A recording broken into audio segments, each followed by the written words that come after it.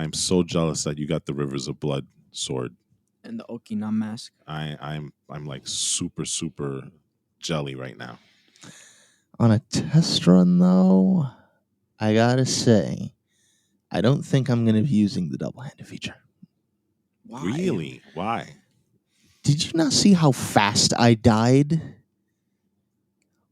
Oh, I guess, but maybe that's a matter of you Getting more used to it, yes, but Plus, you also I do considerably better with, I don't lie, my meteorite staff, but That's hey, also I'm a because- magic build. That's also so because you don't dodge that much with the astrologer. I do a lot of dodging. Come I on, do I mean, see you do fight. dodging, but like you're you not do used notice to. one thing though. You don't dual wield stuff, I don't. which is something that I do on my build. Because on my build, on the non-dominant hand is where I use the meteorite staff, and on the other hand, I use the sword of Night and Flame. So at any point in time, I can use either magic or melee without having to scroll through. And I think what you did was you put all of your weapons in your right hand, so you got to scroll through everything, right?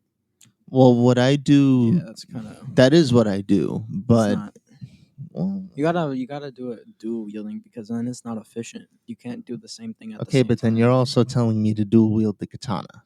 That's Dual only wielding- one. I mean, dual wielding the katana is obviously priority, but if I mean, you not were dual to- wielding. I'm sorry, two-handing.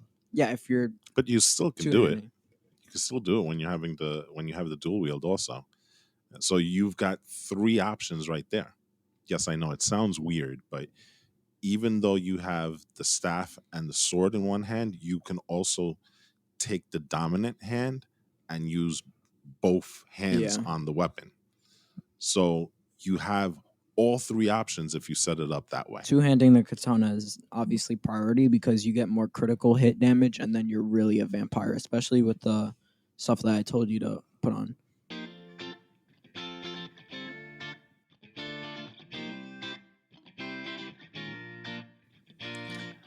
Hello, everybody, and welcome to the CrossGen podcast. This is our 66th episode. Whoa. Order 66. 66. Right? So, Damn. God. Execute Order 66. Would have been a perfect. Yeah, if we were Number talking of about the Star beast. Wars. Yeah. Oh no. Okay, let's talk about Star Wars real quick. So Rise of Skywalker sucks. There you Okay, go. there we go. Oh, did Moving you? on. Wait, hold on. The Lego Rise of Skywalker thing came out, right? Yes. Well, and I heard it Skywalker was- Saga. I heard Skywalker it's Saga. awesome. Yeah, It's I've gotten, seen like, it too. A lot of really good reviews. The story is gonna be kind of whack though. Well, the- Rise of Skywalker is Yeah. gonna be Yeah. whack, Yeah. but All I know is that it looks like it has an awesome Darth Maul scene. Darth Maul. Phantom Menace. Eli, It does the Skywalker entire, Saga. all 9 1, movies. 2, Entire- 3, 4, Yes. 5, 6, 7, Whoa. 8, 9. That's crazy. Son, there's gonna be other Lego Star Wars games coming out. I would Probably guess. not for a while now. Yeah. We gotta wait. This for was like stuff. a huge thing for them to push out. Like 30 years in the future, right? Well, they need to start making mainstream Star Wars movies. I mean, and can't they And do good Boba Fett? mainstream Star Wars movies? Yeah, Like the but- shows? But that's basically just one level. Huh? That's basically like that's going to be like a super short game. No, but with the shows. I mean, if you also add the short stories like Rogue One and Solo, and no, even with the even with the Guess. episodes, like you could do it by episode. Or the You know- episodes would be a little bit small. You would I need would, to extend you know what it. I would do with that? I would make a DLC for the Skywalker Saga. I DLC don't know. where you can drop in the story mode for the Mandalorian. Combine the Mandalorian with the Boba Fett, and then you have a Mandalorian / Boba Fett. I still think it's going to be story. a very very quick game. Yeah, but you'll it's be still done gonna in- be cool. That's you could do that for a mobile game. A mobile Nah. game, because that mobile games are usually short like that, right? Not really. So Stories can be long on mobile. Well, you also have to factor in the boss fights for the Lego Star Wars games can sometimes be a little tough. So it's not one and done. Like there'll probably be a boss fight for Moff Gideon. There'll probably be a boss fight for Cara Dune when you first meet her. There's like a whole bunch of stuff you could do. Yeah. but nothing from Book of Boba Fett. God. I mean, both of them Who are are you kinda gonna whack, fight? but that's my Well- the hipster as much as cyclists or whatever. as much as I hate them, the Uber droidicas. What about the Wookiee? That's still not like The Black Wookiee Chrysanthemum. or the okay, stinky maybe face. him. The other ones, they're like mini bosses, right? The stinky face bounty hunter, or maybe The the stinky face bounty hunter. you Who's yeah that? Blueface. Stupid Cad idiot. Bane is the best. Deserves to Stop die. right now. Face? Stop Yeah. right now. Really? And I was about to Disgusting. say Ragnar. The Rancor. Imagine the show Vikings in Lego form. Oh, Yes, no. that would be cool. That would be genuinely cool. Oh, that would and be you so fight the messed Rancor up. though. You fight the Rancor, Yeah, Except but still, it's only a brief scene. Although, if you really want But to you make can that a extend boss it. fight, You but, can like, extend yeah, that it. would have to be the only boss fight of Boba Fett because really, there's nothing really happened in that show. To be quite honest, It'll be like the phase 2 of whatever. But whatever. We're going off track here. We got to get Order onto our main. 66. Yeah, Episode 66. Anyway, see that we got to number's get onto our cursed. main topic. before we do, I would like to invite our audience to please rate, review, and subscribe to this little podcast. The best way you can show some support to the podcast is to leave us a rating on Apple Podcasts. So, yeah, go ahead and do that. You know what I'm saying? Yes, we got a little distracted because my wife decided she wanted to put on the iPhone while we were podcasting. So I was like getting jiggy with it or Yeah. whatever. out of all the things, getting jiggy with it interrupted us. Does that mean we need to slap Getting Will jiggy with Smith? it. Will Smith? Do we Chris Rock. slap Will Smith because of that?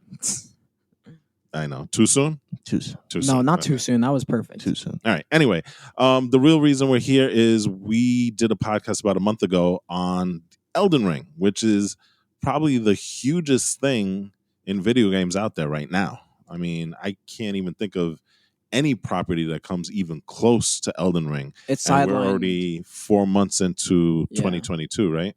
It's sidelined literally every other game project that was supposed to be coming out. I mean, like, I was doing maybe a couple other games before this. This has, like, as you're about to find out, taken up substantial amounts of my gaming time. I mean, there are thousands of videos on YouTube, or even probably even Billions. more than that. Millions. You know. And so, what we're gonna do here, the first episode that we did was kind of like a beginner's course to Elden Ring. You know, where we kind of went through the classes and best early game weapons that you can get. We've kind of progressed a little bit past that, right? We're Mhm. kind of mid game right now because this game is huge. I Yep. mean, it is a gigantic game to play. I think probably I've already played like 30 or 40 hours, and I still haven't opened up maybe a third of the map. Right? You know what's weird? The map that I showed you, I think it was like, I don't think you can travel to like any other place beyond the snow area, which is weird because I saw that map and there were multiple maps showing it. So I don't think that's really, I don't know. It's weird. I guess that's part of the DLC. There is a DLC coming out. Oh. Yeah. I just don't know. We can look that up as we go along. But yeah, the game is huge, right? Mhm. And the great thing about the game is that it's really not linear in Mhm. terms of basically it is this huge sandbox of a game that if you want to skip bosses, you can skip bosses. If you want to take on bosses, you can do that. If there's enemies that you can't handle, you can leave them alone, go level up, and then come back and kick their what's afterwards. Funny story. Oh god. So, like, I There's was a lot of funny traveling. stories in Elden Ring, right? I was traveling through the mountaintop of the giants, right? That's like a very, very, very, very, very, very annoying and difficult place. To get to this one, because I like unlocking as much of the map as I possibly can. Agreed. On the way to get this one map for the eastern section of it, I had to travel along the shores of a frozen lake. and visibility drops down to 0. Ooh, wow. Like there is a legit blizzard going on in this lake. Out of nowhere, from like out of nowhere, I start hearing the boss music, and I'm like, wait, what the hell? Where is it? And then next thing I know, like this ice dragon just comes out of the fog, like, Trying to and I'm Oh, like, holy God. crap! those dragons, they're Those- big, but yeah. they're sneaky as hell, right? No, it's crazy. Like it happens early game. Is it Limgrave, right? Yeah, it is Limgrave. That you're just kind of strolling to the lake, and then all of a sudden, like you said, the boss music comes out, and then the dragon just lands out of nowhere, right? And it's like, whoa, that's kind of like a tell that this game is gonna really be different in a sense, right? To say the least. Like there are things in Elden Ring that it almost feels like the creator does just to screw you over. Oh, right? for sure. There's like course. invisible staircases that you need to go to. It's just crazy. And those chests. Those chests Um, that you think you're about to open and get like this beautiful sword, and all of a sudden it transports you transporter to chests. hell. Yeah, it's crazy. You know, like the first time that happened, I was so mad because it was really, really early on in the game, and frankly, my character sucked, and it threw me into that cavern, that cave. Oh, the Celia Crystal Tunnel. Oh The my crystal gosh, that tunnel. place is even now it's horrendous, right? I can get through that pretty easily now. Caled but is those things- harsh. Oh yeah, Those things, I forgot what they're called. They look like lobsters, but they're half man, half insect type things. Actually, they're more like ants with a lot of baby hands, Yeah, those things are nasty. and they Yeah. have the pest glaive. Ugh. Yeah, it's It's weird. horrible.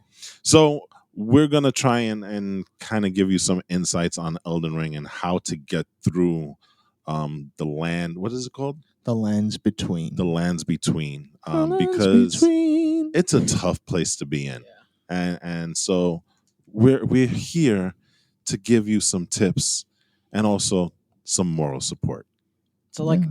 this is like second part of a guide. It's We kind have a of guide. to help Yeah, you out kind of. Yeah. You know, if like our audience were here, they'd probably be on the couch, you know, Mhm. kind of like lying down like a psychiatrist, Mhm. and we'd be just taking notes, and they'll be like, "Well, I died over here, and it's so hard." I was like, "Well, you know what? We can help you with that."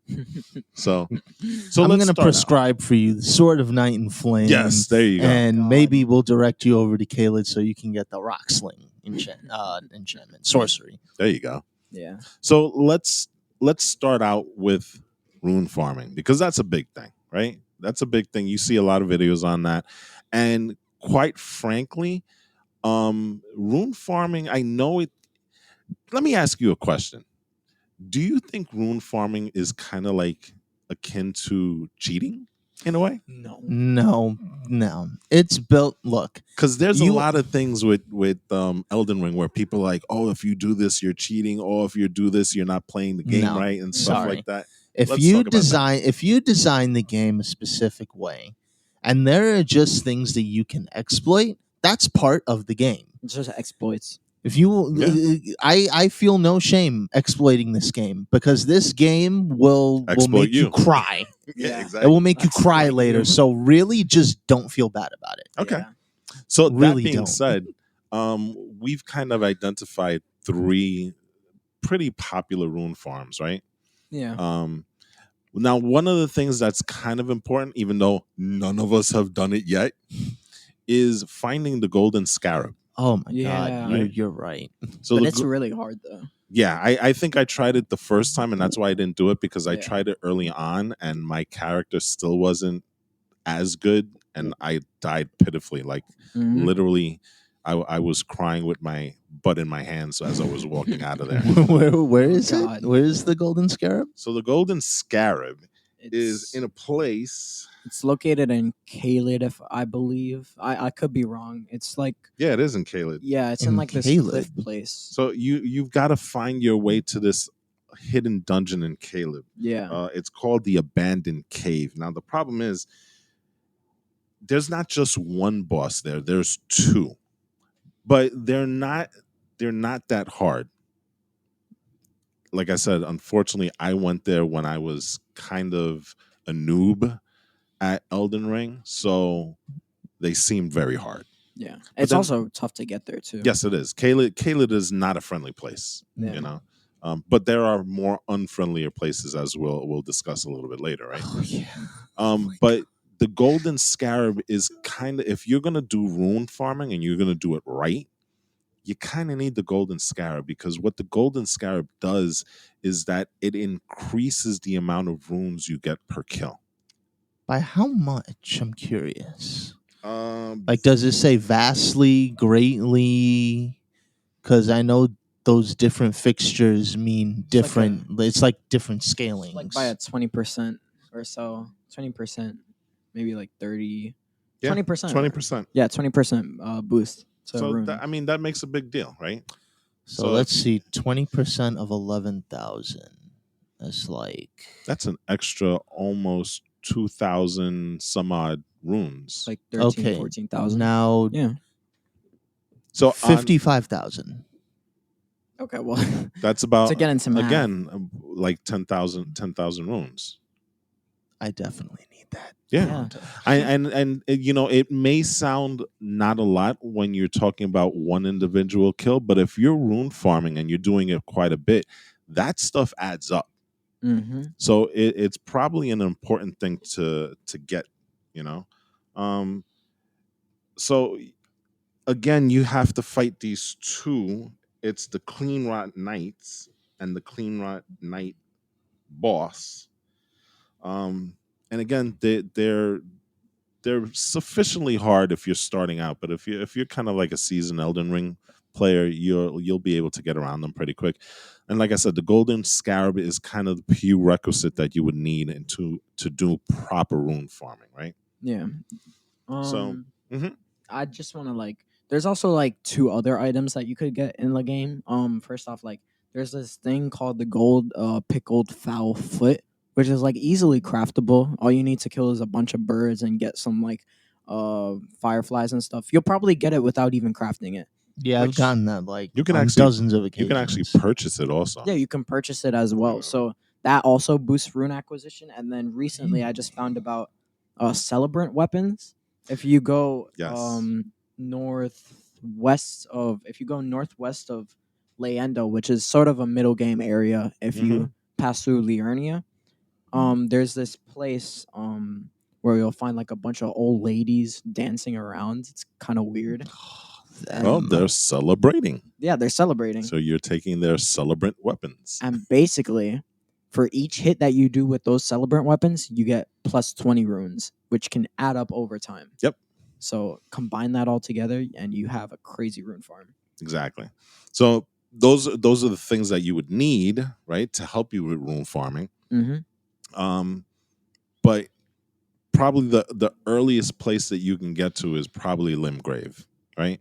So if you go to Limgrave, there's a place there that will allow you.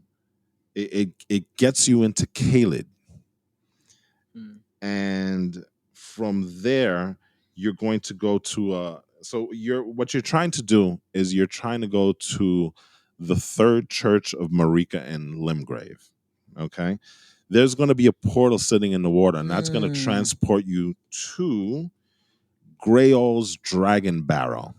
Dragon Barrows. Sorry. So yeah. And that's the place where once you get transported to, you're gonna kind of be in a structure, and there's a staircase, and there is this huge character in the middle, right in the front of the staircase. The gargoyle? Yes. Oh, so that's huge. at the Beast Clergy. Exactly, Clergyman and he's place. just standing there. You don't want to mess with him. Yeah. Okay. Well, I've messed with him. Yeah. But if you're early Killed him. game, Yes. if you're early game, Jesus you Christ. don't want to mess with him, because he can be kind of tough if you're starting out early levels, right? Very tough. Yeah. Yeah. What you want to do is you want to go left around him. Okay. And so you can either try and sneak by him, not recommended, or you can kind of walk through. There's like a little ledge, right, toward the left, and just kind of go that way. I mean, he won't even really try and attack Actually, you. if you never attack him, he will literally never attack you. And do not You can bump just into him. walk Yeah, past that's him. what I'm saying. Yeah. Do not do anything to antagonize him. Yeah. So if you head left, there are these little speedy Oh like God, I hate those things. They're annoying. creatures. However, if you have the time and if you have the patience, and remember, you always are going to have to end up going back to your state of grace to kind of like reset everything. But if you do that, technically you can farm 300,000 runes in an hour. Okay.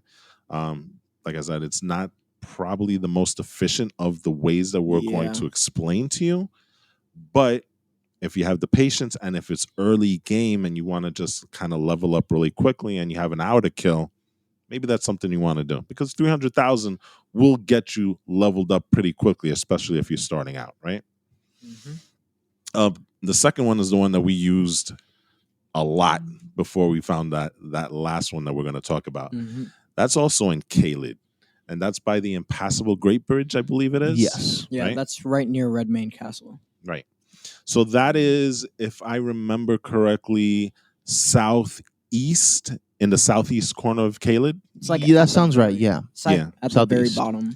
And there, well, why don't you explain what exactly is going on? Because it's an interesting rune farm where it's passive income in terms of rooms instead of you actually going and doing something about it, right? Yes. So all you need to do is, because there are two factions there.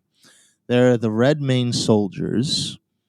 They're, kind of minding their own business at first. And then there are what I like to refer to as the Caelid puppies. And they're these huge, monstrous, deformed wolf things that like horrible. walk on 2 feet. They're like wolf Tyrannosaurus Rexes. Yeah, exactly. Or wolf chickens. Oh, wolf God. chickens. Oh no. Chicken wolves. Don't There say also that is again. a That's very horrible. huge raven too, right? Yeah. I don't mess with him. You don't? You should. I bring him into the battle once I've gotten everybody else together. I don't like how agile and annoying he is. I even with all the things I've done, I just steer clear of the ravens. They're too annoying to me. They are. But anyway, all you have to do is say, "Hey, look, do you know what Rob said about your mom last night?" And then the Literally, two factions, the soldiers and the wolves, will start fighting each other and killing each other. Yeah. And all you have to do, like, obviously my little joke there was a joke, but all you need to do is just run past them. And they like, oh, wait, you're there. I should fight you. Yeah. It's kind of weird when you first stumble across this thing, because you have the soldiers there and you have those weird chickens, right? And they're just kind of hanging around. And it takes for you to jump on torrent and just run around for them to kind of like recognize, oh crap, there's enemies here. Let's fight them. Yeah. But once you do it, it is a glorious battlefield, isn't it? Yes. And the most important thing, though, is there is a silverback. Silverback wolf? Weird chicken. Tyrannosaurus Rex. I'm going to call it that now. Tyrannosaurus Rex. There's a silver one, and that guy's important because if you get near him, he will sound off and call more. Right. Yeah. And so if you can lead him and his buddies to the fight, that's more runes for the knights to grind up for you. And there's also a dragon knight on horseback toward the left of the battle, right? Yes. And for some reason, he's just patrolling up and down the cliff side, right? So the silver fox, the silver weird silverback Tyrannosaurus Rex. He is not at the battle. You're gonna have to go a little further up the hill, and he's on the left hand side, right in front of like a Stake small America cliff, right? Yeah. And there's a Stake of America there, exactly. So you can bring them down, and so I believe, if I remember correctly, you get 16,000 runes per battle. Yeah. If everybody dies, and you can kind of help along with that as well, right? Because there are times that the weird dogs win, and there are times that the soldiers win. And if you want to complete it, then you're gonna have to murder some people, you know. But that's probably the only time you ever have to get involved in that.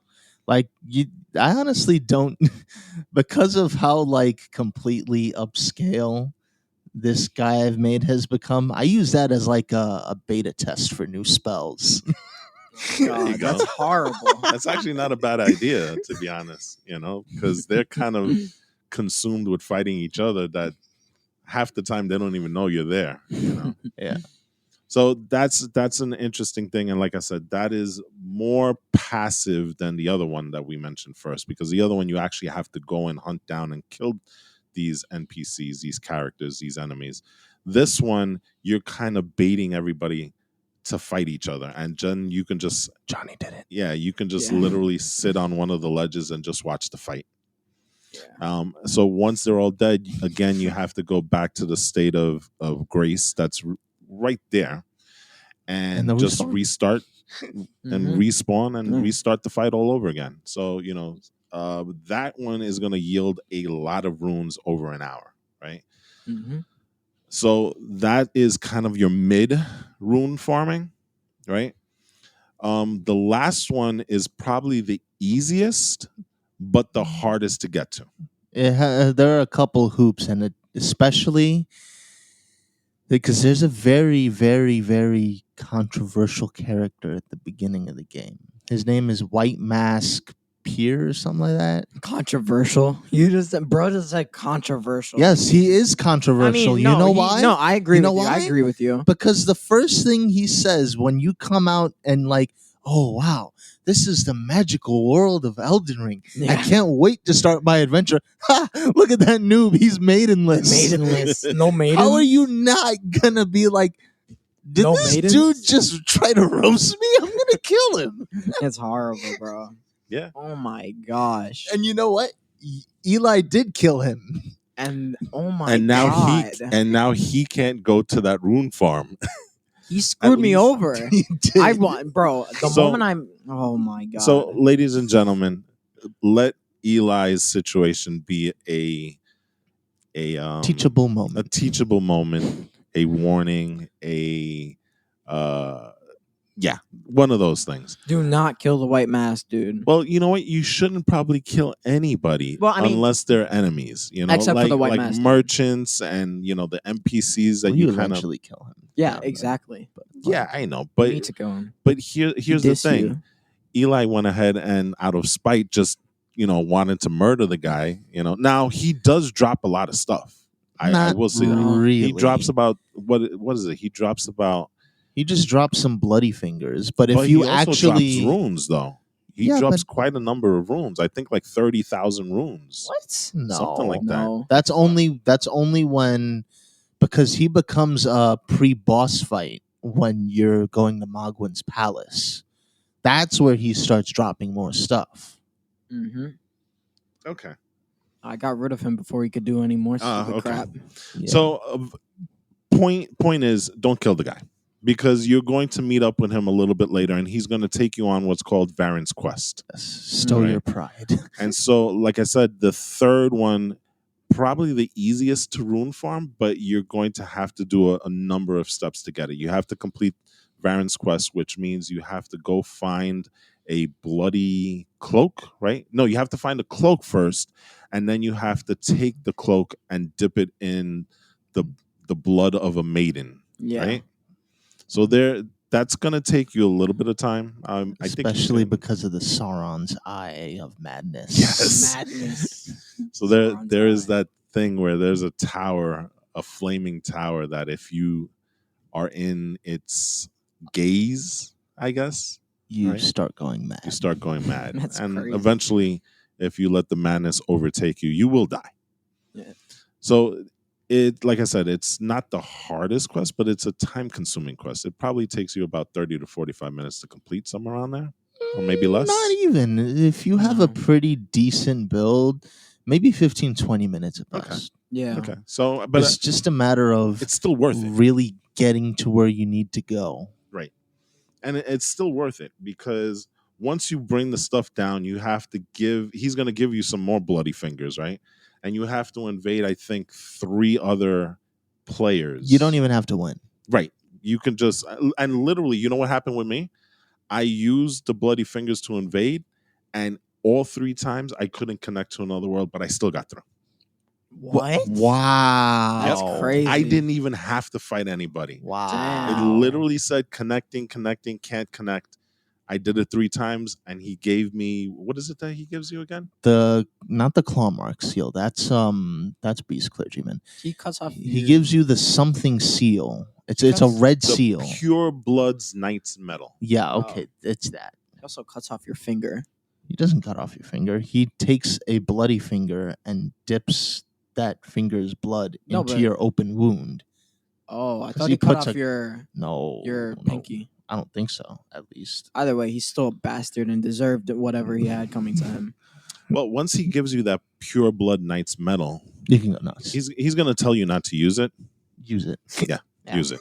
Don't listen to this dude. Yeah. He sucks. You want to use it at that point, because then it's going to transport you underground. So you're going to be underground in Caelid, and it's going to set you up at the Grand Mausoleum entrance site of Grace. You want to jump down, and eventually you're going to go up a slope, and you're going to find kind of like a ledge. Mm-hmm. That ledge is called the Palace Approach Ledge Road. What you're going to want to do there is you want to make sure that your character has a bow, because if you approach the ledge, if you look kind of straightforward but a little to the left, you're going to see one of those ravens that Andre does not like. But it's a it's a rot raven. Yeah, it's a big bird. Super strong. Now, you don't have to fight it. You don't have to attack it. You are sufficiently far enough that he cannot do anything to you. Mm-hmm. All you're going to do is shoot it to get its attention, and it will literally commit suicide for you. It's horrible. It's killing itself over and over again. That's killing horrible. itself, but every time it dies, it gives you a total of 11,000 runes. Yep. 11,000 runes for an arrow's worth of work. And then there's a site of grace like right next to it. Yes. So you'll be getting like easily 100,000 like per 5 minutes maybe. Now There's a YouTuber that estimated if you stay there for an hour doing it, you can probably hit 3 million runes. Whoa. If you That have is the crazy. patience for doing that. That is crazy. To make matters even better, though, if your character has any area of effect, weapons or sorceries, not even 3 paces away, there are a bunch of sleeping albinorics. Yeah, right to the right of that site of grace, right? Yeah. Careful with the red ones, because they get kind of crazy. Yeah, But- they like, what is it? Somersaulting? Yeah, they do like the... No. Oh, no, they cartwiels. don't- They do cartwheels. They do horrible. cartwheels. But the problem is when they land, they're like porcupines. They shoot out these spikes. Yeah, blood so what effect. they do is they turn their blood into needles, I guess, and then they like cartwheel their way over to you and become like a pinwheel of death. God, it's horrible. They are annoying. And if you don't dodge and you take the full brunt of it, you will die Yes. in Yeah. one go. So like just be prepared for that.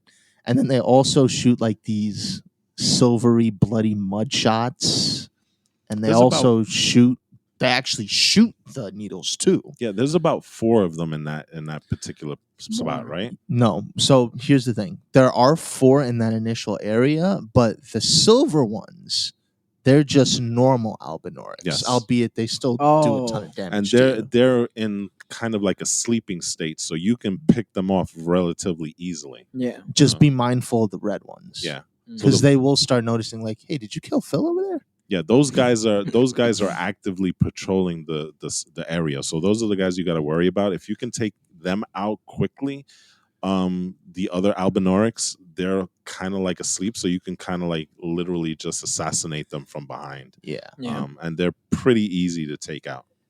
Like that also combined with the huge big bird, that's like a 30, 40 plus runes also. Yeah, so And then if you even want to go the extra mile, there is an extra 4 red patrolling ones, albinorics actually patrolling further down. Mm-hmm. And you could add them for like another easy 10, 12,000. So altogether, if you do the rot raven, the sleeping albinorix with their patrol, and then the patrolling ones that are kind of like in formation, you can easily walk away with like about close to 50 to 70,000 runes altogether. Yep. So I mean, and minimal effort, depending on how leveled up you are and the type of weapons that you have. Like I said, the easiest is just to do the rot bird, right? The rot raven. Yeah. But if you're, Feeling a little, ambitious. if you're feeling ambitious, if you're feeling,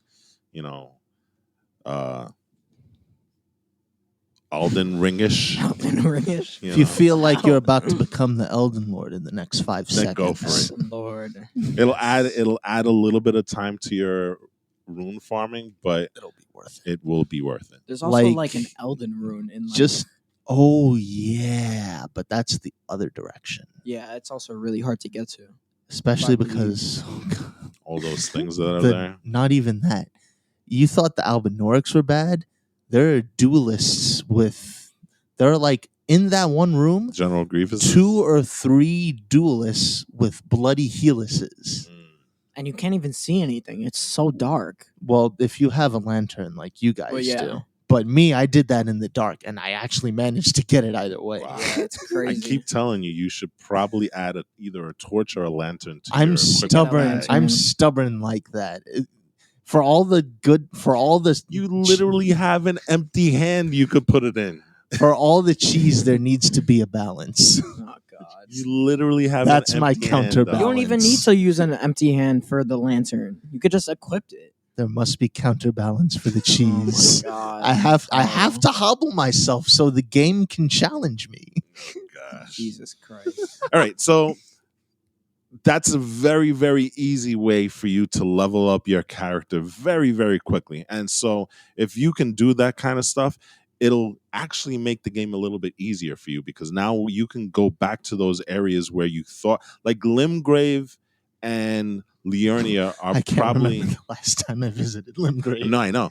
But Jesus Christ. those are really the places where it's probably the easiest out of the entire map, right? So what you want to do is you want to try and level yourself up enough so that you can pass those and do everything that's on there. Complete all the ever goals and things like that, because those have bosses that will drop you certain weapons, certain ashes of war. Not to mention a pretty hefty amount of runes sometimes. Exactly. So these are really, really good ways to improve your character very, very quickly, because you're going to need a very good character to go forward in the game. I can't believe we also forgot about one last thing in terms of rune farming, and then we'll leave it there, I guess, so we keep talk about other stuff. In Grail's Dragon Barrow, we probably went over this in the past. Yeah, I think we in the did. past one, but it bears mentioning still, because you still get a crap ton of runes from it. There is a sleeping mother of all dragons. Yes, that is Jesus Christ. that is a good rune farm, but boy, you have to have a lot of patience with that. Yeah. So explain how that one works. Jesus Christ. So I don't remember which That's kind of fort scary it is. too, right? Fort A Pharaoh. little. Fort Farah. Thank you, Eli. Yeah. There's a lost site of grace there. Not a few paces going downhill, you're gonna see a huge gray sleeping dragon, and it's surrounded by like littler dragons that probably aren't as powerful, but obviously if you aggro all of them, they will like make your life a living hell. Yeah. But the great thing about this is that it has a hitbox while it's asleep. And if you do it right and you get to that sweet spot on the tail, you can keep hitting that tail and it will not wake up for anything. Yeah. How long did it take you to kill the dragon that way? Now, mind you, I wasn't even anywhere near where I was now. I was probably still like level 30, 40 or something like that. And I had crappy weapons. Yep. Oh, That man. took me the better part of 2 to 2.5 hours just to kill that thing. That Not is the most- literally dedication right there. Not the most efficient farm now that I think of But it. it gives But you you- how many runes? 75,000 to 80,000 runes right off the bat. Okay. Yeah, it's okay. I mean, if you got 2.5 hours to spare, I guess, you know, Jesus Christ. because literally, if you think about it, It is one of the You could cheesiest do boss that. fights of all time. you could do that in the Kaled, the palace. I forgot what it's called, right? Mogwin Palace? Yeah. You could literally do that in 2 minutes over there. Yeah, to be honest. Instead, you chose 2 hours with the dragon. So, Oh man. but that was before anybody knew about that rune farm. So, Yeah. that was early days. So, Yeah. But again, if you choose to want to kill a dragon for 2.5 hours, or at least hit his tail for 2.5 hours, I mean, Her tail. you get a dragon heart anyway, so it's kind of worth it. I go guess. to Draol's Dragon Barrow Yes. and find that huge. He's huge, right? He's Yeah. ginormous. It's the biggest dragon you will probably ever meet. Well, there is another dragon but we'll get to that later. You don't fight that one. He's just kind of like Oh, well, yeah, that one too. That yeah. one's there are huge. plenty of dragons that you can fight in this game. Yeah. Yeah. That's just facts. Yeah, but like between those two, those are probably the biggest you will ever see. That's debatable. There's one that you guys haven't even gone to. But Oh, that's okay. besides the point. That's besides Okay. the point. Let's talk about weapons. Mm-hmm. Because weapons, Elden Ring is not a strange game, but it's a game that even though you're leveling up, the reason you level up is not to make your weapon stronger. The reason you level up is to give you better hit points, to give you better focus points, to give you better stamina, and to be able to allow you to use these weapons, right? To their fullest capacity. But like, for example, if you're building a character and you're adding strength, the normal thinking would be, oh, since I'm getting stronger, my attacks will be more powerful. And that's not exactly the case with Elden Ring, because the weapons have their own scalability themselves, and that is how you make these weapons more powerful.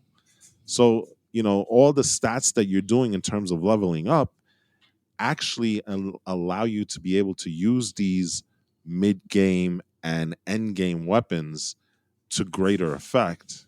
But really, what you want to do is you want to really scale up those weapons themselves, right? Yep. Yeah. So let's talk about some of the weapons that we found mid-game so far. We've mentioned a couple, but I'm going to let you guys talk about it right now. So the weapon, so I've come very, very, very far. Maybe not like, because Eli's always telling me there's still more guys you got to fight. You haven't done anything yet. You Yeah. reached middle game. You reached middle game. Yeah, and out of all three of us, you're probably the furthest ahead. Yeah. Yeah. But to even get there, I'm still using the meteorite Staff. meteorite staff that I got at the very beginning of the game. Mhm. But the second thing that I got that I didn't have when we podcasted before this, because when we podcasted before this, I was using a regular rapier. I found a Yes. much better rapier. Jesus. It's called the Bloody Helix. You get it somewhere in Kaled. I don't remember exactly where though, but it is so worth it because the bleed on that is literally what got me through the Radon fight. So Damn. talk a little bit about what bleed is exactly. How is that a mechanic that works? Bleed is probably the most powerful arcane thing that you will ever come across. What you do with bleed is, if a weapon has bleed, the more times you consecutively hit a boss, this causes their bleed bar to fill up. Once the bleed bar fills up completely, a massive chunk of their health gets torn off. Yep. Yep. It's pretty. It's It's pretty kind of good. OP in the game, right? It's very OP. Only short of death. Just so Yes. that everybody knows, the Bloody Helix, you can find that in the Rith Blood ruins. It's found in a chest after you defeat the boss. So There you go. Okay. So that's what I used predominantly. Other stuff that I have gotten recently, but only because I'm like gaming stuff. I also got, if you're a faith dude and you just want like a Yes, sword sir. that completely ignores blocking most of the time, what you really want is a coated sword. And you find that in the realm of Noxella, I believe. This would be after you defeat Radon and the Falling Star, that bastard that It's he's been holding back finally hits Limgrave. it's decent. Yeah. So that's somewhere in Leondel, right? No. No. Well, what? Yeah. Oh, it's No. in It Leendel. is? It's in Oh. Leondel, in the royal capital. You have to look for the horse stable, climb up on top of the roof, enter the building, go down until you find the broken round table. You know what? That makes more You sense. look for the double door, and inside that room is where you find this sword. There's Okay, a yes. lot So of- you know what? My mistake then. There's a lot of It's great a straight stuff. sword. Yeah. Yeah. And that's the thing about it, because there's so many great weapons in the game that it almost gets a little daunting trying to figure out where everything is, right? Yeah. Mhm. Like, so that's one thing I've also gotten. In terms of other weapons, I mean, in terms of like things you really, really want, along the way, I eventually picked up the Moonveil. I don't even remember how I got it. I was like, oh, wait, that's the Moonveil. Oh, I got it. Nice. I still have to get that weapon because I'm a samurai, so the Moonveil katana, but apparently there's a better version of the Moonveil, right? That I got recently. That's Thank you, Eli. the bloody veil. Rivers of Blood. The Rivers of katana. Blood katana. That's basically like a little bit. It's definitely a The middle game. bleed katana. Yes, it's Yes, the bleed crazy. katana. It's the most commonly used weapon, other than like maybe Bloodhound Fang or Sword of Night and Flame. And there's a bunch of good weapons. Yeah. I currently am using the Sword of Night and Flame. Right now, that's pretty much my main weapon. Although I've kind of changed my character a bit, because I started out as a samurai, and as a samurai, naturally you kind of want to do melee and kind of scale that one. Mm-hmm. But recently, especially fighting certain bosses, We're done. yeah, Radon. I've come around to the fact that you know what, Yeah. having a magical weapon has its benefits. Bro, there is know? a lot more you gotta see. Like the Sword of Night and Flame is like really OP because it can like cheese enemies super easily. And it has two different attacks, right? Yeah. It has the fire Flame. attack, Yeah. and then what's the other one? The Kamehameha Yes, wave, which exactly. is literally the best attack you can do in the game. There's like a bunch of good weapons. Yeah. The Uchigutana is a starter weapon that you should definitely stick to like for all of early game because it's absolutely. literally crazy. Mm-hmm. And there's this really cool weapon that I want you to get because it's super cool.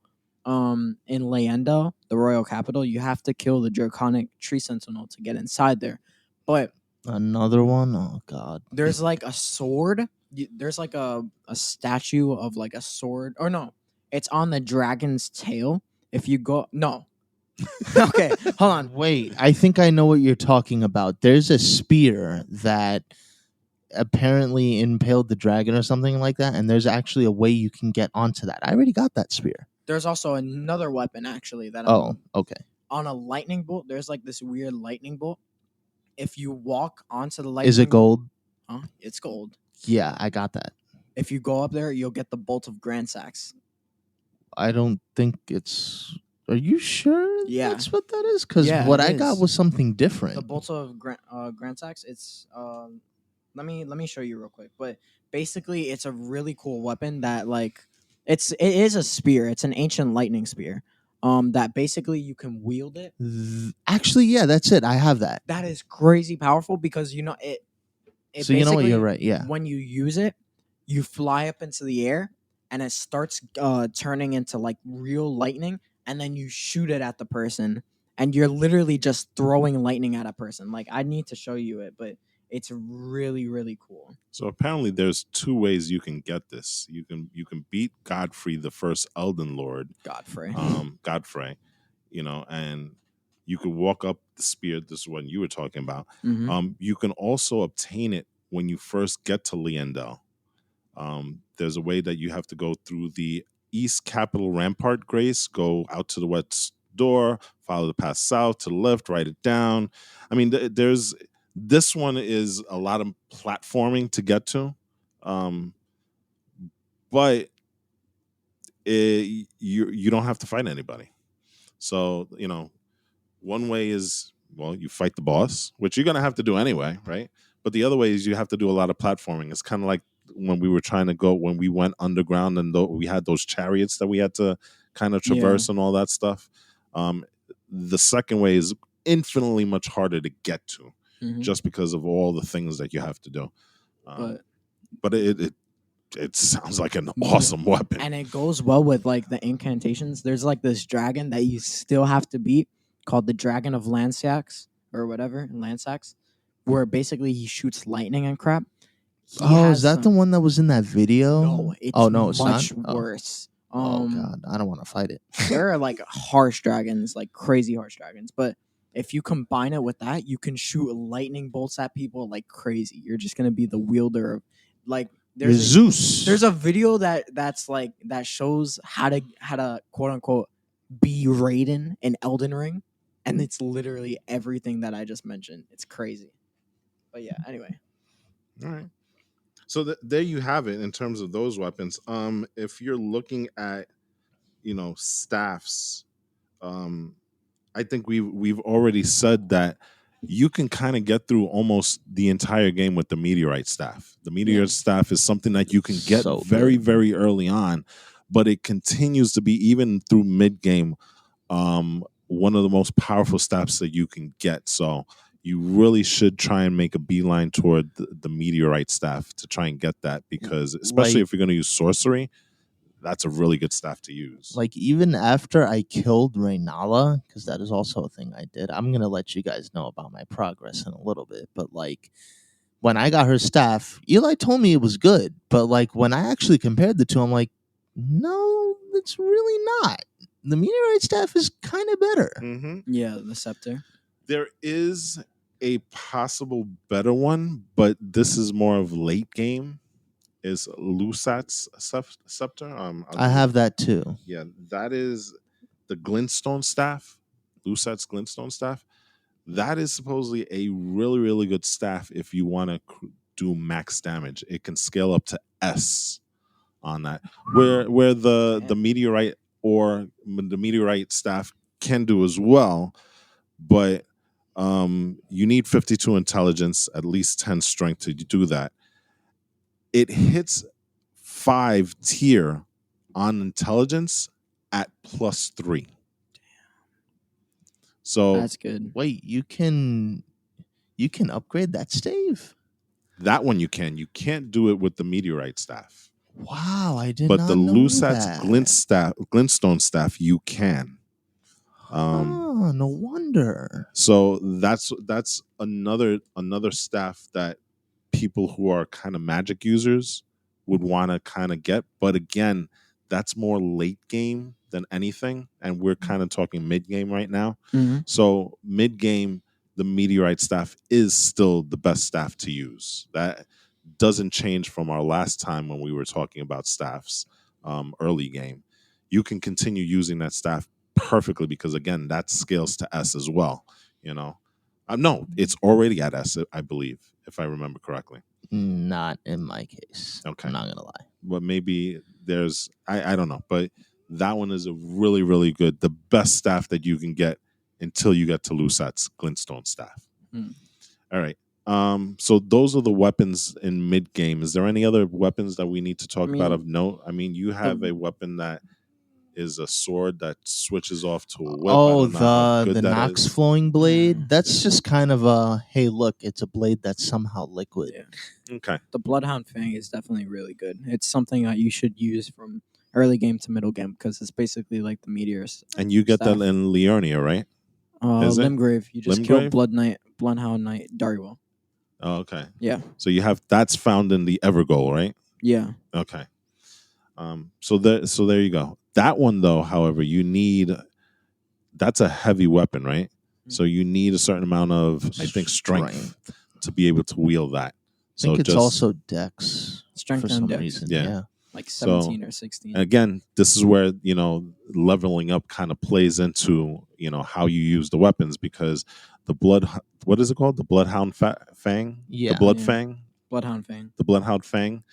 It's a curved sword, and it's a very, very powerful weapon. But in order to use it, you have to be at a certain level. So again, leveling doesn't make the weapon powerful. Leveling kind of makes you be able to utilize the weapon. It actually also kind of Yeah. does make the weapon more powerful because if you notice when But it's very, very minimal. Minimal. it's minimal. You're talking about what, gains of maybe 1 or 2 points every time you level up. Yeah. Yeah. What you really want to do in terms of leveling up weapons is using smithing stones, right? Where applicable. Yeah, that's the big thing, and those things, there are different type of smithing stones. They're numbered, right? So you have smithing stone 1, 2, 3, 4, 5. Then you go into somber smithing stones, which are more for the legendary weapons, right? And so there's also a thing where you can level up your Ashes of War, your summons. Yeah, that's characters. very important. Yes. And so one thing that we've learned, especially getting into mid game, is the importance of your Ashes of War summon characters, right? We started out, I We think. recommended you the wolf. It's not going to work Yeah. anymore. Well, wolf is good when you're first starting out. Yes. Okay. Yeah. We are way past that. Oh, yeah. Okay. Because at this point, if you use the wolves, They can stagger, but they just don't last. right? They don't. They don't do much damage. The way I see them, they're kind of like that gnat or that fly that's kind of buzzing in your ear. They're more of a Basically. nuisance for the boss, which sometimes can help, right? Because the boss then aggroes to the wolves. The problem is, like you said, the wolves, they don't tank hits. They get hit and they're done. So wolves maybe were good at early game, but we are way past that. And so we found a number of Ashes of Wars that are really, really worth your time. My personal favorite right now is Luttrell the Headless, right? She is an Ash of War. I forget where you get it, and I'll find out for you guys. But she is good because she's kind of like a all around character. She's got really good heavy armor, so she tanks a lot of hits, especially if you level her up with ghost gloveworts, right? Which are usually found in caverns, right? She also has the ability to do ranged attacks with her spears. And if need be, she also carries a heavy sword, which does an insane amount of damage when it gets up to a boss very, very close. So that's my personal favorite, but there are others, and there are better ones as well. I just haven't gotten them. AJ's gotten a number of them that he can tell us about. Well, one of the first things I started using after I defeated the well, actually not after I defeated them. After I started seeing that the wolves were kind of like meh, I kind of used the demi-human ashes every now and again just because they had like an extra 2 dudes and they do just slightly a little bit more damage, and I don't remember if they stagger or not. But they did bump it up a little bit. The next one I started using after that, albeit again very briefly, was the Ancestor Spirit Ash, where you get like the Viking and he shoots like an arrow. He can be somewhat accurate, but again, he's best used at a distance. If they get close up, I'm sorry, they're not Ashes of War. We made a critical. They're Spirit Ashes. Yeah. Yes. So There you go. Sorry about that, guys. Yeah, spirit ashes. What I've been using nowadays, when she is reliable and locking on to the right person, Lutul the Headless is probably one of the best. Aside from that, and I've really just personally tried to go without this one for as long as possible because I genuinely don't like wasting the the crimson flask just so I could summon this guy. The mimic tier is actually admittedly pretty good depending on what you give it, because basically what the mimic tier is just you. Yeah, A clone. it's You're, a you're it's a clone of you. summoning a clone of you. And it's like I said, like I tried Luatil against this one boss, kind of worked, not the greatest though.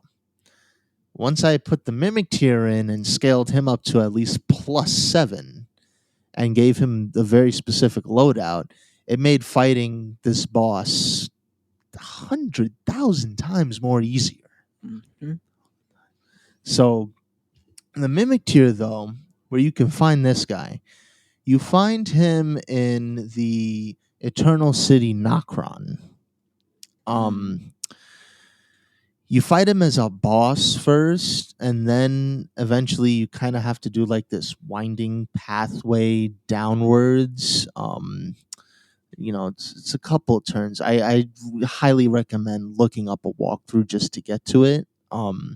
Eventually it will be locked behind a stone sword key area, I think. Once you do that, so make sure to have a stone sword key with you. You open that, boom, mimic tier ashes. Mhm. Spirit ashes. You're gonna need ghost glovewort. There's a difference. Yes. Grave gloveworts are for dudes like the skeletal militiamen, the wolves.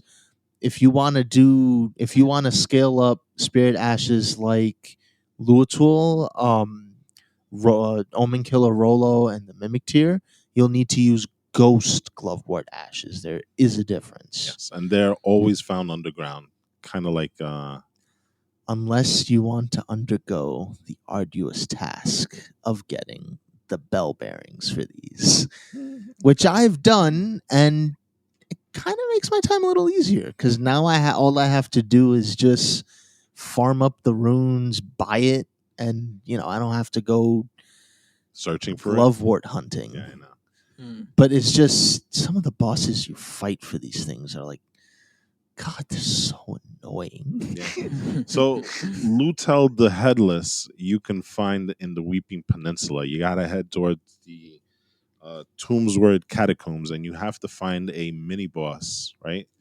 I forgot what the person is. It's a shade. The A cemetery shade. Cemetery shade. Cemetery shade is not the hardest boss to fight. Not at all. If it's in the Weeping Peninsula, no. Yeah, it's Hell not no. at all. The only thing you have to worry about is that it does teleport. So it's not and it's a pretty quick shade, right? Mm-hmm. So that's the only thing. But once you get that, that that mini boss You can- drops the spirit ash of Lutel. With melee, you can cheese her. Yeah. E. Yeah. So he's that's a place. You mentioned where you can get the mimic tier. The Yeah. mimic tier is kind of harder to get, Yeah. and it's more late game. It's I like wouldn't say late game. it's like on the border of mid game, late game type of thing. Right? I wouldn't No? even You say wouldn't that say that? either. No, It's that's mid. early. That's Really? early game. Yeah. Okay. Well, It's not I early wouldn't game. say early game. If It's- it's I wouldn't after say if early it's game. after Radon, it's early game. I If had to it's- level up a little bit more just so that I can go through if you're not Nokron with ease. if it's not like after or before, like around Margit's point, then it's not considered mid game. It's nowhere near Margit's point, dude. So then it's early game. I would consider that early game because mid game you have to fight all these other bosses. Mainly like mid game is like Melania, Godskin Duo, etc. That's mid game.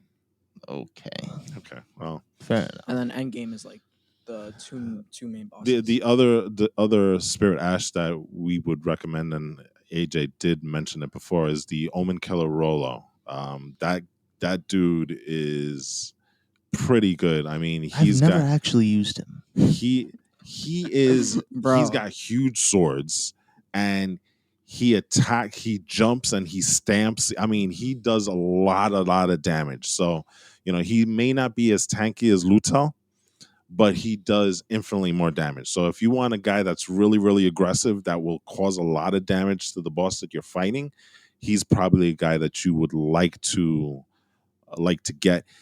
You'll find him in East Altus. You have to get to the Divine Tower over there, and you don't have to do much to get him. You got to find two Fell twins. Oh, I hate those guys so much. But it's Them not so the worst thing much. in the world. But I think the reward is definitely worth the effort, because he is definitely a straightforward just beast, just going at these people, going at the bosses and stuff. Now, the thing that you're going to have to recognize is that we've recommended Omen Killer Rolo, we've recommended Lutel the Headless, and we've also recommended Mimic Tier, right? It's important to note that, especially with Lutel and Omen Killer, you're going to need a lot of FP to use them. I believe they're plus 100 at least to use them. 100 or 100 or so more. 130, in that range, right? Yeah, So 113-ish. you're going to want to level out your FP as much as possible if you're going to use them. Okay. The Mimic Tier is different because instead of using FP, it's using HP. And I think it uses what? Like, it uses nearly your whole health right. bar. It is a substantial amount. So you're going to have to make sure that you're going to have the appropriate flask to use right after you summon him, because you're not going to be left with a lot of health. Those sacred tears get those golden seeds. Yes. Yeah. Now, the important thing about the Mimic Tier is that, like AJ said, it's an exact copy of the character that you're using, which, if you do it right, you can strategize with that. Because what you could do, it's an exact copy of when you summon them. So if you want to add some extra armor to the Mimic Tier, or if you want to give it like a sorcery weapon and make that its main weapon and stuff like that, you can do that. And then once he's summoned, you can transition to your normal fighting, and you have two copies of yourself, but using different type of attacks.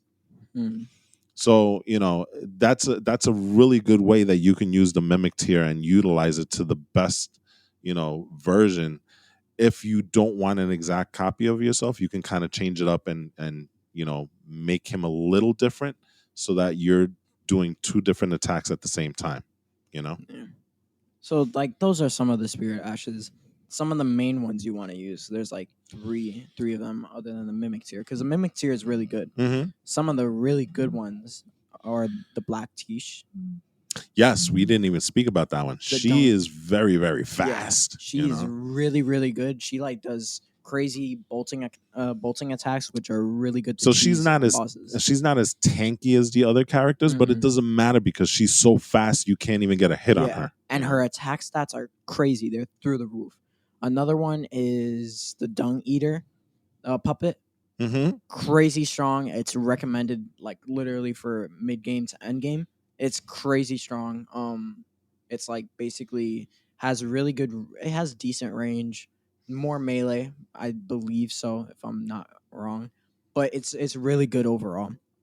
Third one I would say is ancestral spirit, because believe it or not, that's considered a really good ranged, I guess. Is like that the one? decently That's ranged, that's the actually. one I told you about. Is The that the one Viking. that? Oh, okay. Those guys. The ones that They're very accurate.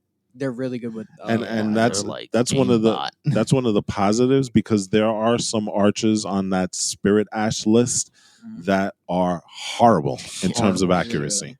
But the ancestral, they're very, very good, and if you ever come across them in either where is it again? Is it Liurna? No, It's it's in the the lake. underground. It's Underground. one of the rivers. Oh yeah, the river of oh gosh. It's in the No, underground. but there's another one where they're Oh well, up yeah. top. They can also be found in Altus Plateau. There you go. Thank you. Mhm. I mean, no. I'm sorry. No, that's totally wrong. It's still the Liurnia, the lakes area. Right. So Just it's kind of like on the border of that and the Altus Plateau. It's near that Erd tree in the northeast of Liurnia. yeah, and it's headed upwards, right? You're Mhm. going into the mountains of Liurnia there. And the fourth one is, I don't even remember the name of it, but I keep hearing about it. It's like the Knight of, no, you have to kill the Knight of Loretta to get this Ash of War or whatever. And I'm pretty sure it's like shoot, I keep forgetting what it is, but it's like the Loretta Ash of War. What do they look like? I'm about to pop it up real quick. But it's like it's a knight. I don't. It's not the Leandal soldier, or the Godric soldier? The No. banished knight Oleg? No. No, I have him. I've never used him. The ancient dragon knight Christoph? I heard No. that guy is. It's basically a Landal knight. He's good, but not like super good. He's just like. It's basically Landal knights are annoying, but they're kind of good. Loretta. It's the Loretta Knight. Knight of the Halleck tree. That's the name of the ash? No, that's the boss. But I don't know what the ash is. I'm pretty sure there's an ash there, but I don't remember what it is. But I mean, either way, it's still really, really good. It has some pretty sick. If you kill her, she has some pretty sick weapons. But that's it. Royal Knight Loretta? Royal Knight Loretta. is Sorry, I the was right. boss. Well, no, but that's not. That's the one you find in Yeah, she's the boss. Liurnia of the When you Lakes. fight Loretta Knight of the Halleck tree, Yeah, that sounds like the. drops 440,000 runes. I don't want to fight that person. That means it's a terrible fight. Oh. I mean, apparently it doesn't say anything. Maybe I'm wrong. I'm probably wrong actually, but I remember seeing a video on it. I don't know. It doesn't matter anyway. That's Okay. that's a boss you can fight for. I think an Ash of War or a Spirit of War. I forgot. But yeah, that's it. Okay. Anyway, for me. All right. Let's talk about some of the bosses that we've met up so far. Progress. Yes, let's Oh, go with the God. progress, because the last time that we spoke, we were going toward Godric, right? Mm-hmm. Yes, I should go last. I'm just gonna say that now. Okay.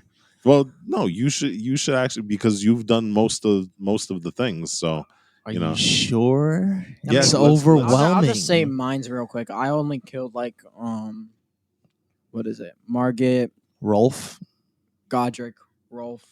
and Rolf is so easy. Rolf, I don't know why you were saying it was hard. because it is hard. It isn't. Rolf, I beat him 5 tries. It's so easy. It was so simple, bro. Okay.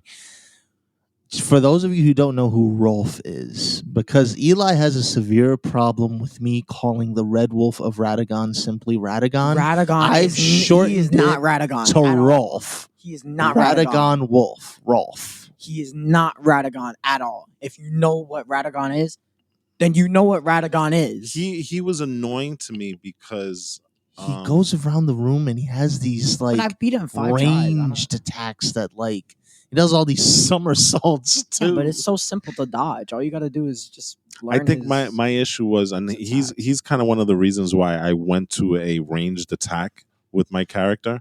Him? Yeah, he's one of the reasons. I mean, whatever. Because getting up close to him, he's super quick. He's kind of elusive and stuff like that. He does the damage where he's jumping up and down. Yeah, you have to dodge him and you have to kind of master that and stuff like that. It's not bad. But as a melee character, I was having trouble with him, and so that's why I kind of switched off and made the decision to make my character also ranged as well. That's when I went out, got the meteorite staff, and when I went back, he was way easier than before. It's just a matter of dodging, because like I meleeed him. It and also was, like, helps to have spirit ashes that will control his aggro. Yeah, that'll direct it toward the spirit ashes. That's why I went for the wolves. What did you use? What did I use? I think I did use the wolves also, but I had leveled them up. But the problem with them is that again, they were Yeah. very, very don't- quick to die. They don't Yeah, last. they don't last. So I mean, I So- get what you're saying. Yeah, but once I switched to like a ranged attack method for him, it was a lot, and it was still not the easiest fight because I wasn't leveled up all that way, but it was a much better fight, and I eventually beat. If you think that's a harsh melee fight, just wait until you fight. Oh, I'm sure. Melania. I'm sure. You know. So I'm up Good thing I'm not to melee. I'm up to Radon. Radon. Radon is the character that I'm kind of itching to kill right now. Same. I've beaten Godfrey. I've beaten a lot of You've beaten I mean not Godfrey. Godric. Godric, I'm sorry. Okay. Scared me. I've taken out pretty much all the mini bosses and the Evergoals down in Lingbrave and Liurnia. And so I've taken out the magma worm. I still can't do that. That's crazy. Magma that you Worm did that. Makar. Yeah. I beat that one. Did you do it ranged? I did it ranged, and I That's also the best used way to do it. and I need also to do it used ranged as Luto. well. I used Luto Luto? Yeah. because Luto was causing crazy damage to That's that crazy. thing, you know. I can't even do that. So I beat that one, and so now Radon is in my sights. I just can't find a way to do it just It's yet. crazy, But- bro. We found out that there's kind of an easy way to do it, right? We haven't done it yet, Cheese him. but so Radon is a soldier in Caelid also, right? You have to get to Caelid over there. It's in the Is Red he- Main Castle. Yeah. Like right next so to Yeah. what you do is literally at the site of grace. Usually it is a grave. Yeah. You're Si- dead. site of grace at that is at the impassable bridge site. Literally a few paces off is a portal. You go through that portal, go a few paces forward and to the right, you find a lost site of grace. You go even more forward, you find a bunch of maybe some of your favorite NPCs like Blade and Alexander, the warrior the jar, ghost. and all those guys, and they're preparing for a festival. What Yes. festival is this? This is the festival of the mightiest demigod of the shattering, Yes, sir. Radon. The true goat, bro. The true goat. And it's kind of interesting because like I feel so bad for that horse. Oh no, that's horrible. That thing is malnourished. Radon is such a huge dude. He is Crazy. probably He is 5 times the size of that horse. Yeah, he's probably like a 60 to 70 foot character, right? Oh man. Somewhere around there. He is huge, and he's big also. Poor horse is And- crushed. Technically, it's not actually because I think I found this out from our cousin Hafa. Radon specifically uses gravity sorcery so that he is able to ride that horse. Hmm.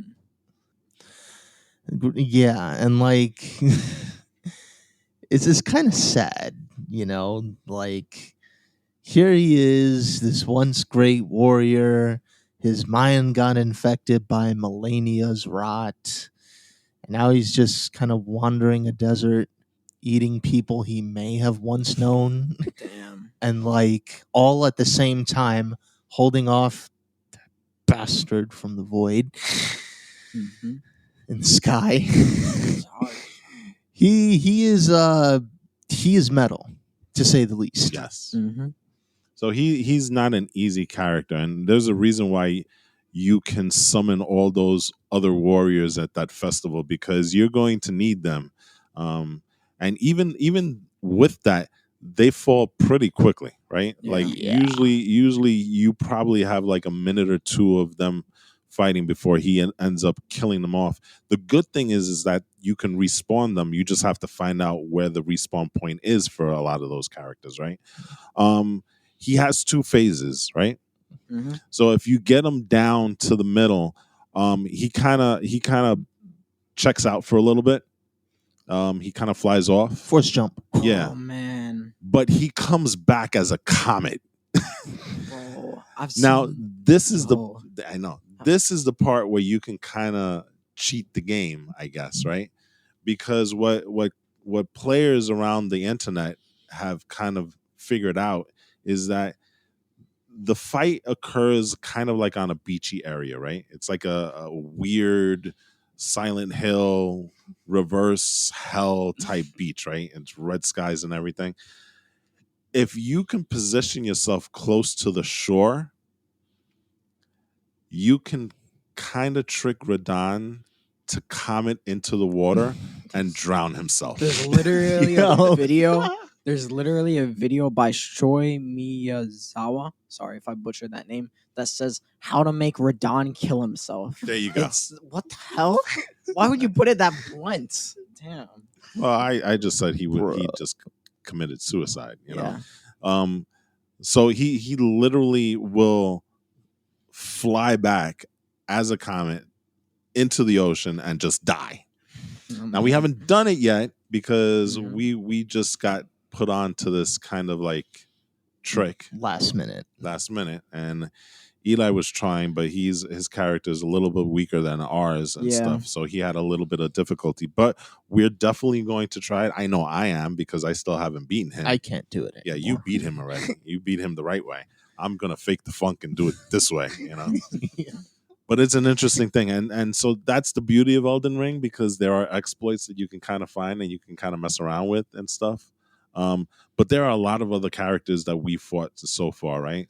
So we fought. What's that witch? The one in the Royal, the Rhea Academy. That's Renala. Renala. Renala. Well, So I fought Renala. I fought her too. I beat her. Oh, you did? Yes, I did. Oh, cool. I beat her, and I used her to kind of rejigger my character, because once you beat Renala, she gives you the ability to kind of change your character. Yes. You know, that's the only time you could do it, and you can kind of refocus your level points. So let's say, you know, you kind of during the thing added too much in I don't know, faith, and maybe you want to redirect that to Mhm. either intelligence or dexterity. She gives you ability to do that. Yeah. You know, she also gives you ability to change your character completely. So Have a host. yeah, so she's not as difficult of a fight, right? She can be annoying because she has two phases that are very distinct from each other. So the first phase, you walk into like a library and she's got all these what are those, maidens or They're like crawling librarians. Yeah. And they're all bewitched by her, and they have the ability to throw books at you With Jesus. telekinesis. with telekinesis. You have to find the one to kill it, because Renala is kind of floating above, and she has this shield, and as you kill the very specific librarians that are throwing books, eventually the shield breaks, and that's when you can go and attack Renala. Once you get her down to, I think, half health points. No, you actually, she gets a second health bar. Okay, so you You kill have her to all the way then, right? completely take down her first health bar. Okay. Then Ronnie intervenes and it's like, "Hey, you're messing with my is Ronnie the mother of Renala, or is Renala the mother of Ronnie? I never. It's one of those two. Yeah. But basically, she steps in and is like, "Okay, fam, I got you." And then that's when you get to the second stage. Yeah. Which is in a totally different place, totally different dimension, and totally different attacks.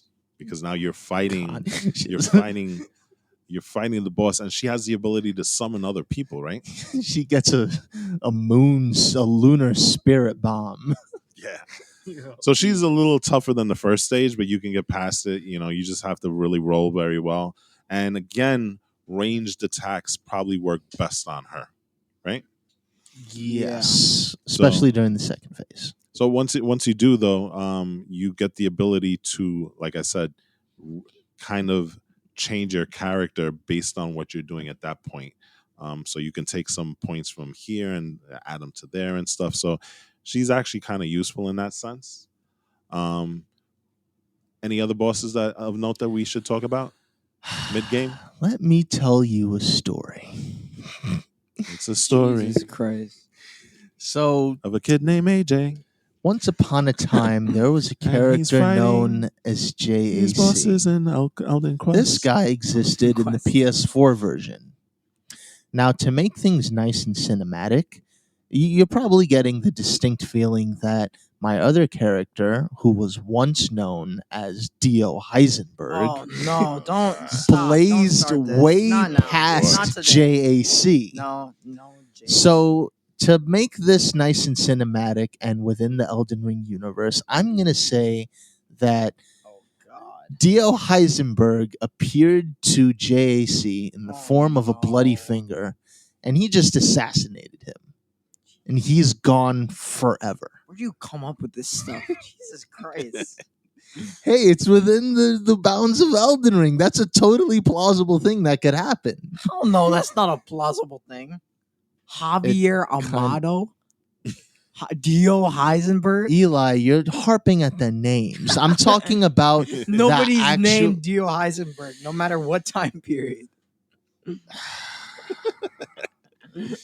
I'm trying. You're totally killing this vibe right now. All right, continue. So suffice it to say, I just deleted this other character because he's Dio Heisenberg, as he was once called, just completely flew past him. So you probably remember in the episode where we first talked about this, I expressed very deep hesitancy fighting even Margit the Fell. I obviously beat him. I'm just going to read off my achievements. I've killed many other bosses aside from this, mini bosses, but just to show you what this looks like. Margit the Fell Omen, I have his achievement.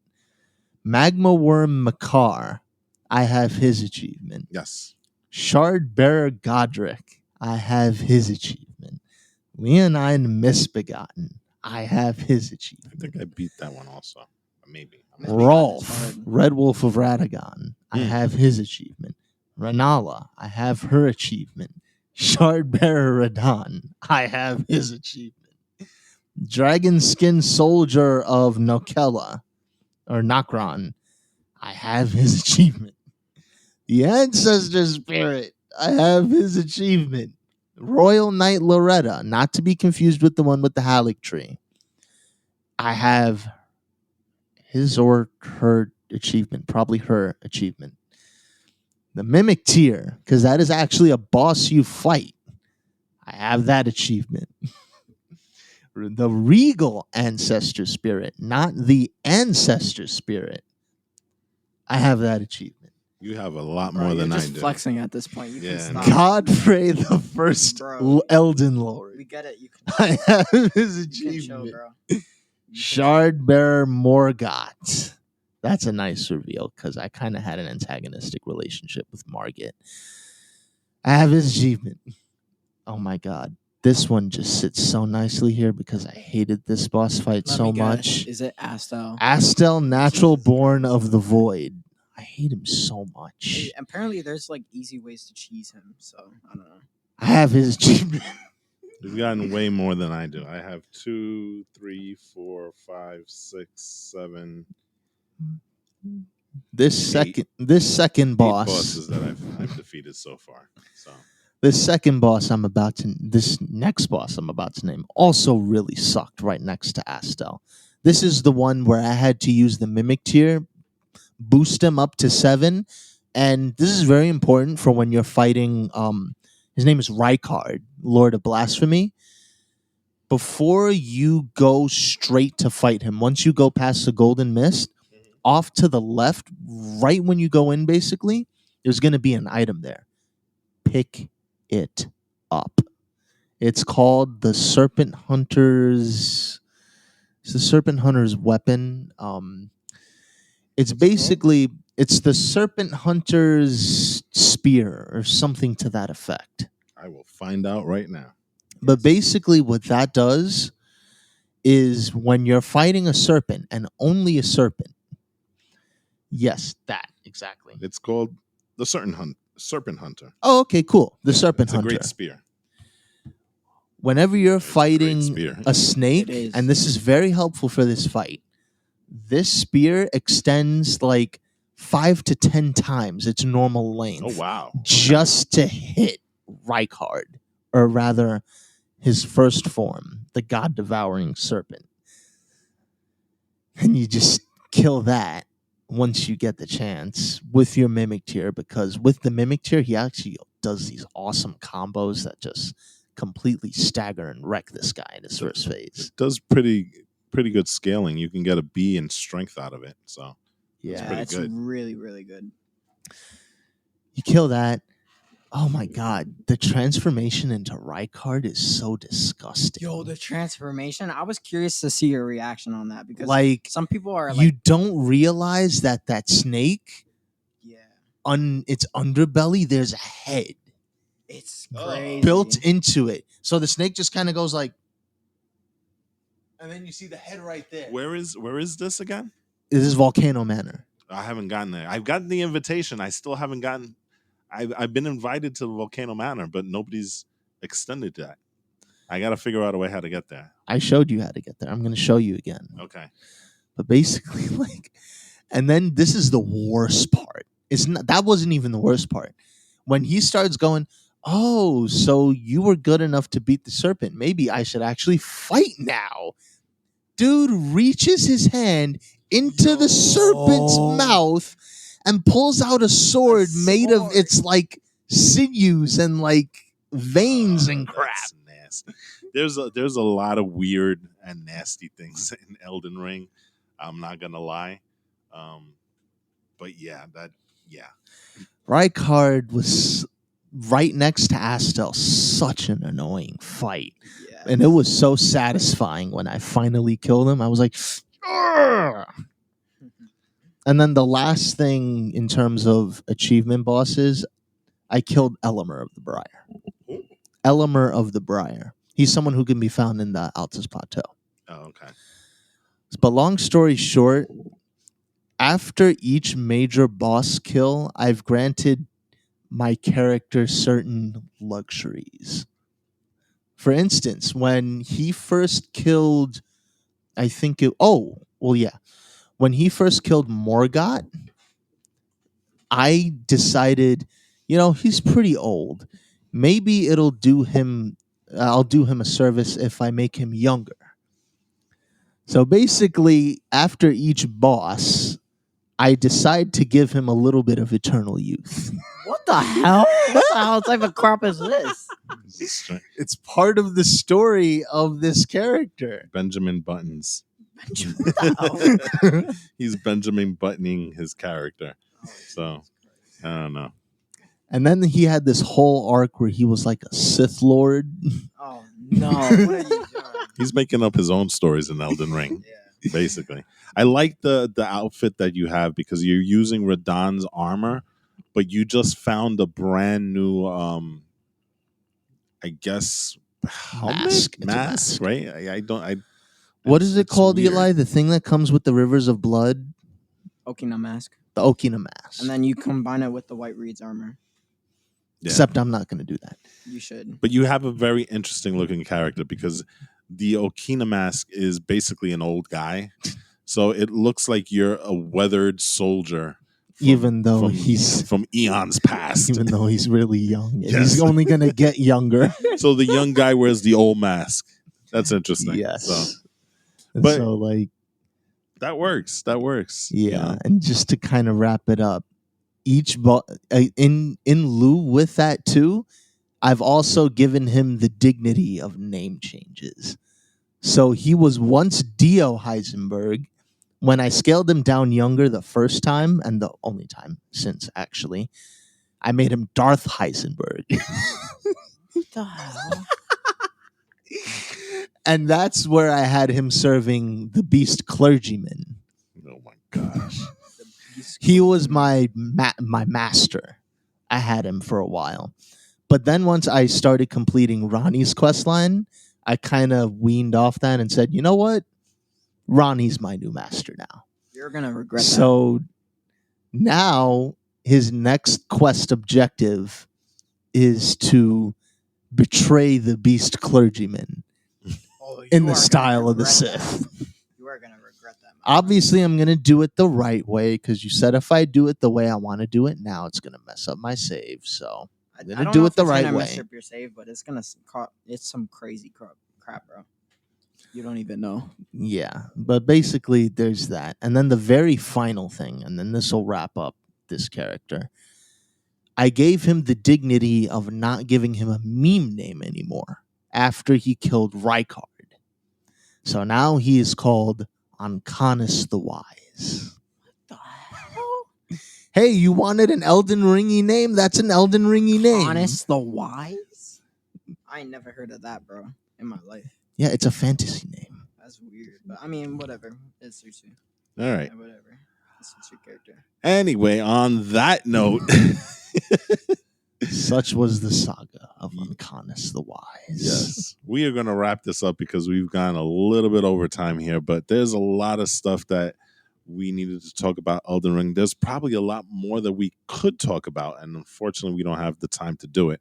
But we will come back maybe in about another month or so with a kind of an Elden Ring wrap up, right? Once we get to the end and stuff, and we'll see what happens then. Maybe we'll find some brand new stuff because with Elden Ring, it's all about discovery. It's all about finding new and inventive ways to either beat bosses or finding new weapons or, you know, there's always Embrace something. the cheese. Yes, there's always something.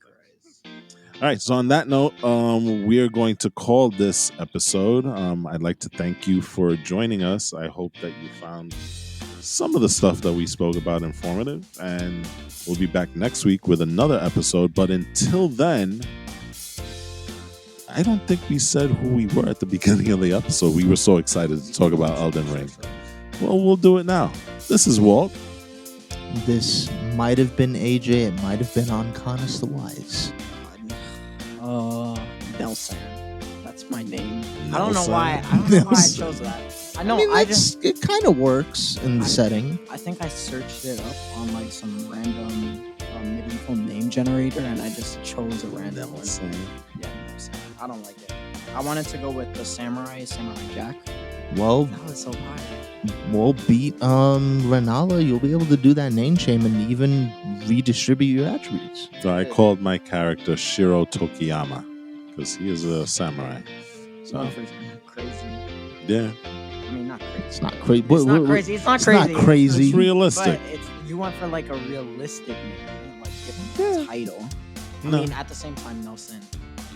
That's not a title. Nelson. That's a realistic name. That is a pretty realistic name. Yeah. I'm the only fantasy guy here. Yeah, I wanted to change. I don't want to do realistic names. Whatever. May our. Oh, we're going straight into the tagline, right? Wait, are we? Yeah, we are. Okay. May our incantations cross again. It works. But it'll blow up. Either way, it doesn't matter. May your ashes of war cross again. Oh, better. May your spirit ashes cross again. I mean, yeah, spirit ashes. Yeah, I mean, yes. May your stake of Americas cross again. It's actually Merita. Merita. No, it's America. Yeah, it's America. Yeah. Yeah, with a K. With a K. It is? Yep. Yes. Let me search it up. Yeah. It doesn't matter. All right. It's over. Anyway, Bye. peace out, people.